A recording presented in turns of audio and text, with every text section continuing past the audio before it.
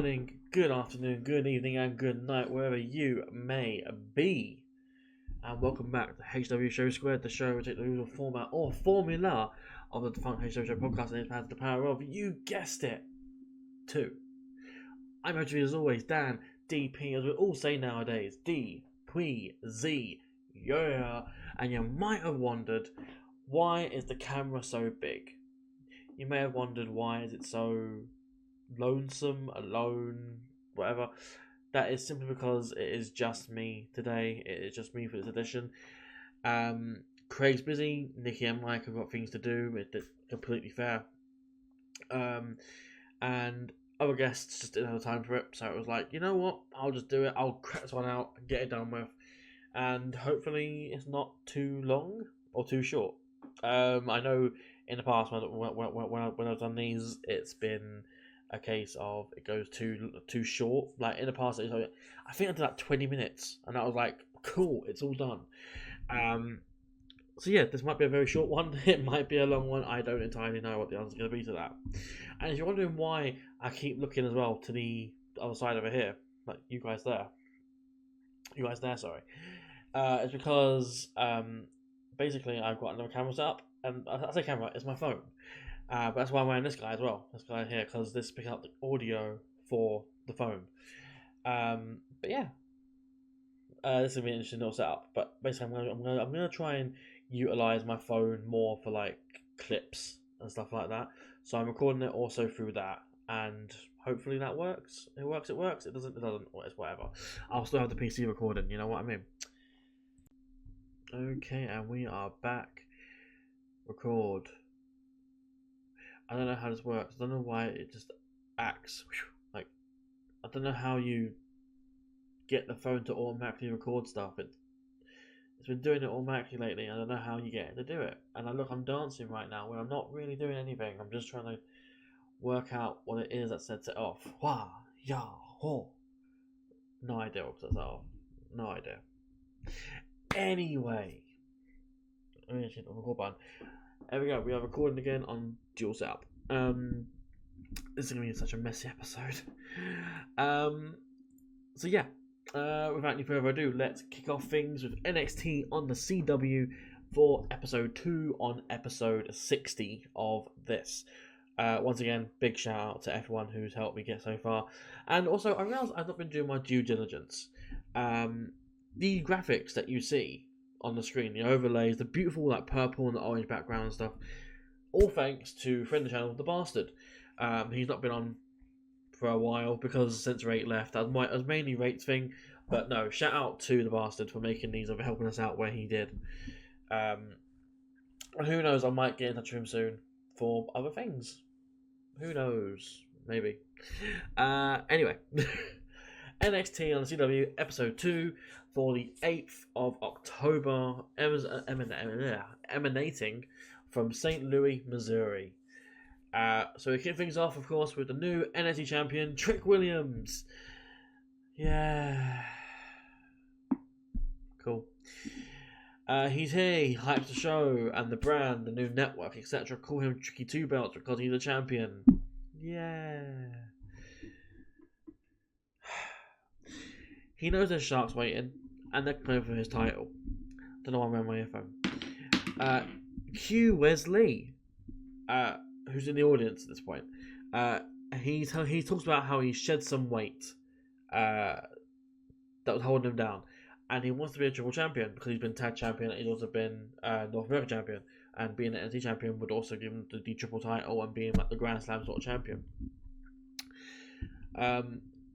Yeah, by winning that title. Williams is not a fan of Wes's work, knowing that he can't be trusted as he's got a history of turning on his partners and turning on people he works with and stuff. Wes says that he's the face of NXT, but Wes says that Trick is the face of NXT, but he's gonna tell him something that people don't say, and that Trick ain't it, because he's not. Trick is not it. Also, have I mentioned I like Wesley? He says that he's going to leave Trick's arse in the dirt like his partner did. Carmelo Hayes reference. Of course, though, at this point, in comes Jey Uso because You know, what's not another cheap main roster plug? Wes reacting the exact same way that I did when I saw him. Why is he here? What? Why? Jey Uso's in your city. Whatever. Trick hyped up himself and Jey, calling them both champs, but Jey looks tired. I don't know why he mentioned that. But they look good with gold around their waists. And if another bomb tries to get in their titles, they're both going to whoop that trick. Then the crowd compete with Yeet and whoop that trick chance. And that was it. That was legitimately it. Yeah. So we're just bitching at Wesley at this point now because of Samoans here. Cool. Love to see that the Bloodline influence is taking over in NXT as well now. Let's move on. So first match of the night is a 6-person tag team match, 6-woman tag team match even. Jade Cargill, Bianca Belair, and Kalani Jordan taking on a team of Fatal Influence, Jessie Jane, Fallon Henley, and Jasmine Nix. And for this, I've got no finishing moments. This is fine. Team Kalani win following Kalani's one-of-a-kind split-legged moonsault on Jasmine. And I rated this 2 3/4 stars. It was okay. Bit of a given result, you know, unfortunately, but I feel like I wasted a chance here for Fatal Influence to, well, you know, get some influence. It is what it is, I guess. Good enough match. I still find it kind of ironic, though, that Jade is finally appearing on the show that she should have started with in the first place. But that's a rant for another day, for another video. Also, shout out to the audience member who celebrated the win here for the women, for Team Kalani, and then proceeded to drop her phone. She's literally front row like, yeah, whoa, just drops her phone. I'm sorry, that is hilarious. It's kind of funny.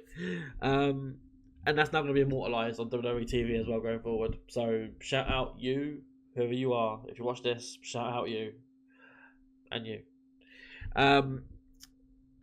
We go backstage now with Fraxium. The boys are ready, as long as they keep the composure. Turns out Randy Orton's there too. Okay, cool.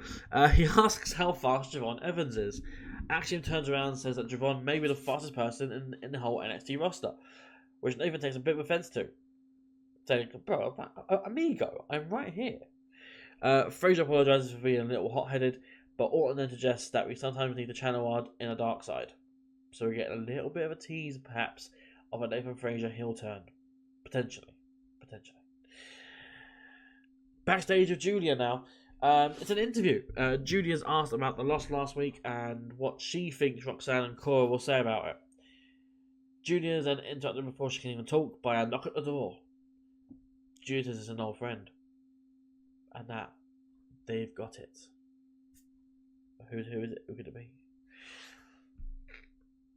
Asuka, Kairi Sane, Io Sky, Ariana Grace. Move on now to a Roxanne promo. Roxanne mocks the crowd by saying that she thought last week was going to be the moment when the chosen one took her title, when the one that the crowd wanted were going to beat the bad person. But once again, that's not the case, as Roxanne is here and stands tall with the title that she didn't lose. So maybe now people will start believing what Roxanne says.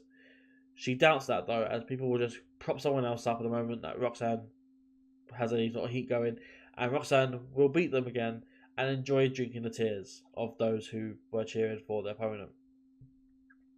But she will not have to drink alone anymore, as an old friendship is reigniting.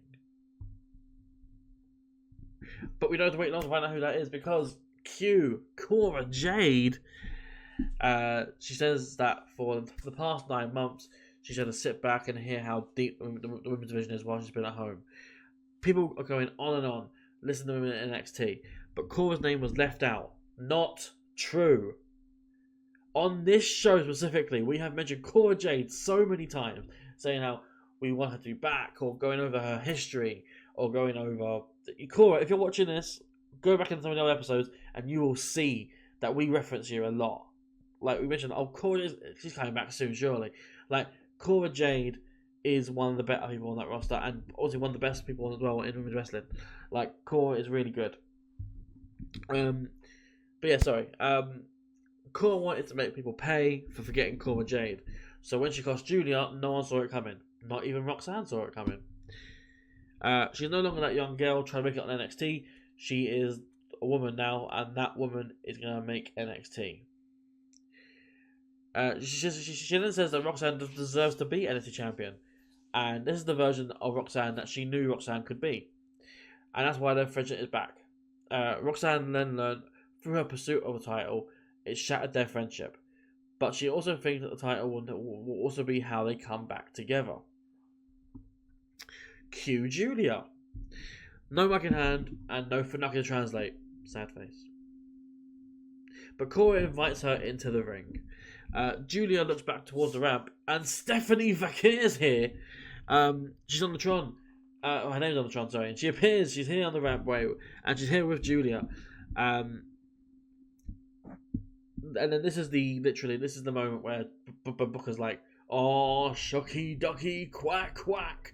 And then, that's the moment for him. They clear house, sending Cora and Roxanne to the outside. And then they both pick up the NXT Women's Championship, and we get a little stare down between the pair of them. Ooh. But no. So it seems we're on the, route to a certain kind of match. Hey Teddy, tell her what's up. What match is it gonna be? A tag team match. Yeah, that's right, Teddy. That's right. After that, we go backstage with the No Quarter Catch crew, or the NQCC. Ren is ready to welcome Stephanie Vakir to NXT next week. So I guess it's happening next week. Cool. They then run into Lexus King, who is reviewing footage of his loss to Ora Mensah back when they were on a different network. Remember that? Remember UFC Network? Lexus needs a match where neither he nor Oro can cheat. So they're introducing the Gentleman's Duel. Apparently also happening next week, where neither man can cheat, and they are on the rules of the ring and the rules of the match. Cool, I guess. Second match of the night. It's the NXT North American Championship? Really? Tony D'Angelo taking on champion Oba Femi. Okay. So we have finishing moments here. So, Oba throws Tony across the ring with a release back throw suplex. He then collapses after due to exhaustion. They fight in the corner, going up to the top rope. Tony attempts the top rope, nothing, into an uppercut from Oba. Oba attempts to powerbomb Tony into the announce table, but Tony counters and hits a spine buster on Oba into the table instead. We go back in the ring. Tony hits another spine buster for the 2 count, and Tony falls in collapse and denial. Oba shoots back up and prepares for the pop-up powerbomb, but Tony rolls him up for the 3 count. We've got a new champion! We've got a new champion, guys. We've got a new champion that I definitely called last week. I definitely said in predictions that Tony D'Angelo was going to win.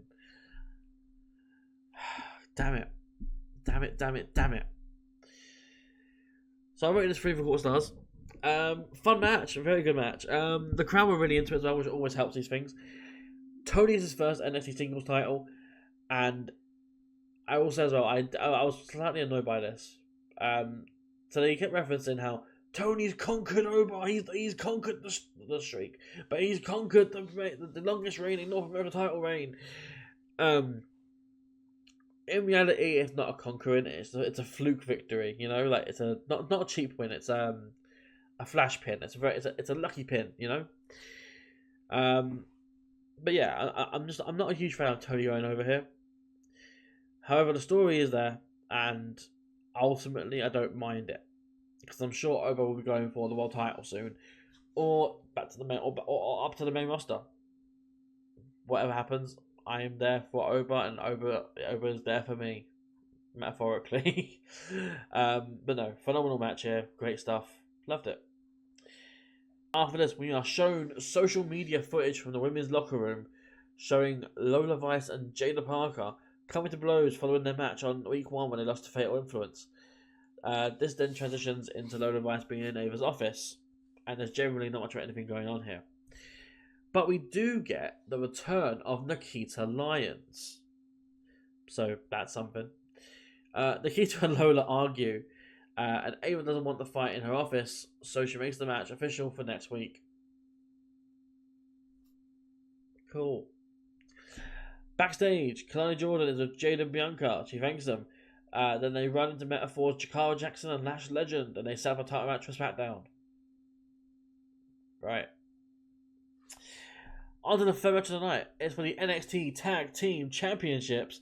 A-Town Down Under, Austin Theory and Grayson Waller taking on the champions Fraxium, Nathan Frazier and Axiom. And we have finishing moments here. So Fraxium take out Grayson with a high-low after clearing out Theory. They coordinate. However, Austin catches a Nathan Springboard with an outside to the outside with an elbow. There we go. We get simultaneous submissions as Fraxium tries to submit A-Town Down Under, which are then broken up. Austin then attempts the A-Town down and accidentally knocks Grayson, which results in a roll-up from Axiom for a 2 count. Grayson attempts to hit a lariat, which almost gets Austin Theory, and they take out Nathan, and a golden ratio from Axiom on Austin. Axiom then hits a chain Canadian Destroyer, which knocks out Grayson on his feet. And we then get a combination top rope Spanish Fly and Phoenix Splash for the Fraxium 3 count on Grayson. Still champions. Great stuff. 3.5 stars I rated this. I generally thought this was a good match, as Fraxium matches always are. And I don't know, A-Town Down Under just don't do much for me particularly. I like them both individually, but as a team, I don't know. I was into them winning tag belts at WrestleMania, but other than that, not really. I'm more intrigued to see like a New Day come down again, because this time there's a bit of tension between them.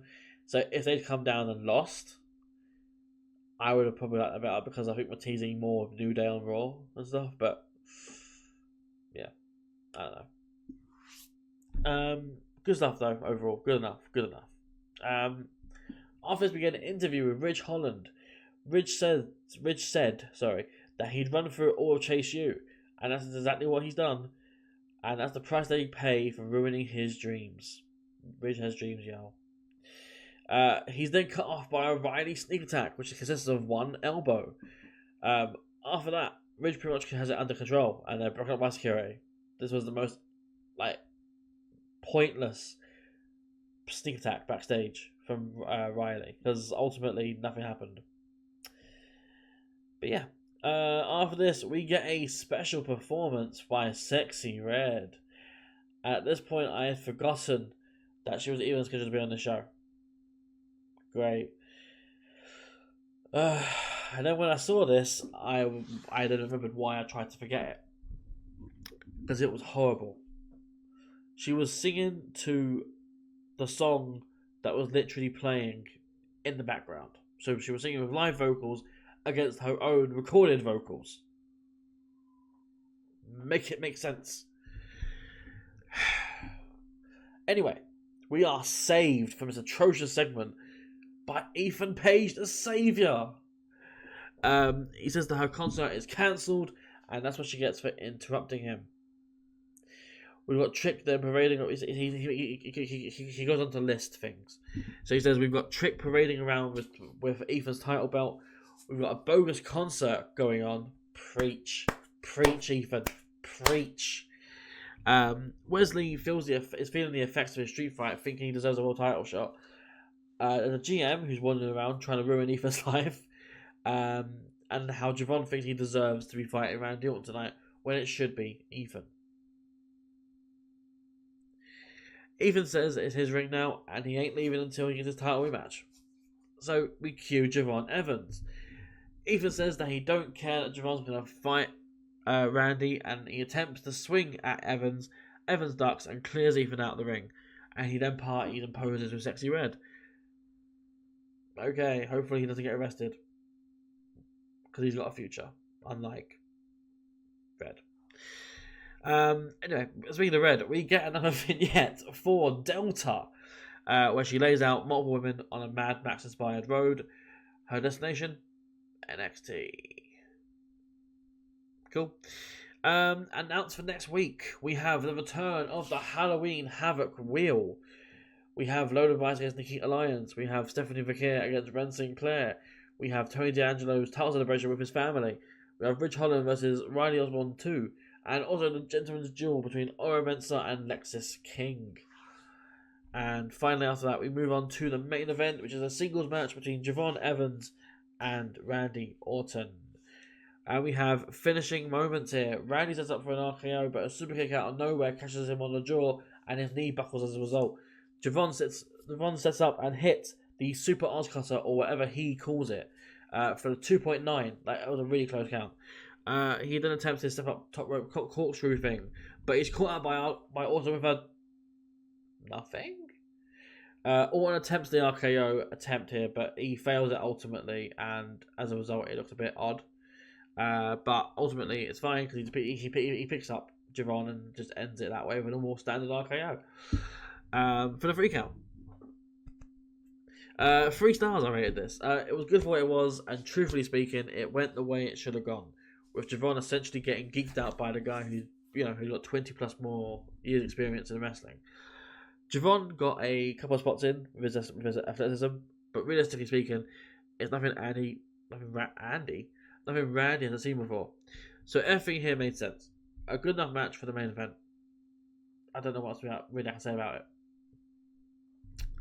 Backstage, we see Ava with Wesley and Ethan Page. This is the final part of the show, everyone. She talks about earning shots and opportunities to both men. She declares that Ethan and Wes will face off next week for the #1 contendership at Halloween Havoc. She then declares that Javon Evans will be added to the match for his performance tonight. I could go on for hours talking about this. Javon does not deserve a title shot here, or at least a chance at the contendership. I'm assuming he's there to take the pin for Ethan or Wes, because I don't. Wes does not deserve Javon does not deserve this. He was kicked out by Randy. Like, this is nothing. He got like 4 or 5 hits on Randy, and that was it. And also an RKO. Like, there's nothing there that says, "Oh, Javon deserves a world title chance here." In my opinion, of course. In my opinion. But yeah, cool, I guess. The show ends on a sweeping camera shot of Randy in the corner posing. And that was NXT. That genuinely was the end of NXT, and that brings an end to this review. It's been a very short one because it's just me and, the Void. You guys are listening to me the day after I record it, pretty much. Yeah, fine enough show. It was a good enough show for NXT on CW. I haven't really got much else other than that. It was good enough. It wasn't great, but it was fine. It was good. But yeah, that does bring it into this. I've got nothing else. Sorry, I've got nothing else for this. So with that in mind, please do share, comment on the video. Tell me what you liked, tell us what you didn't like. Do you not like me? Do you like me? Do you want to do a Valentine's thing? No. But no, if you honestly like, share, comment on the video, subscribe to the channel. It's all free, hurts no one, and it really helps us out. If that's the social medias, I'm on Twitter, which is I keep forgetting this is over here now. I'm here, the Preezy on Twitter. Also here, my name is also here. If you can't see it on there, or here and here. And our media outlets are on there as well: our Instagram, our Facebook, our Twitter or X, and our Twitch, which is all there. And you can go check us out on a certain platform. And I release these on Sundays at midday. So, yeah, I will see you in the next one where hopefully it's not just me talking to the Void, because the Void, you might have guessed, but the Void doesn't reply back, and it can be a little odd, I guess is the right word for it. But yeah, I'll see you next week. See ya.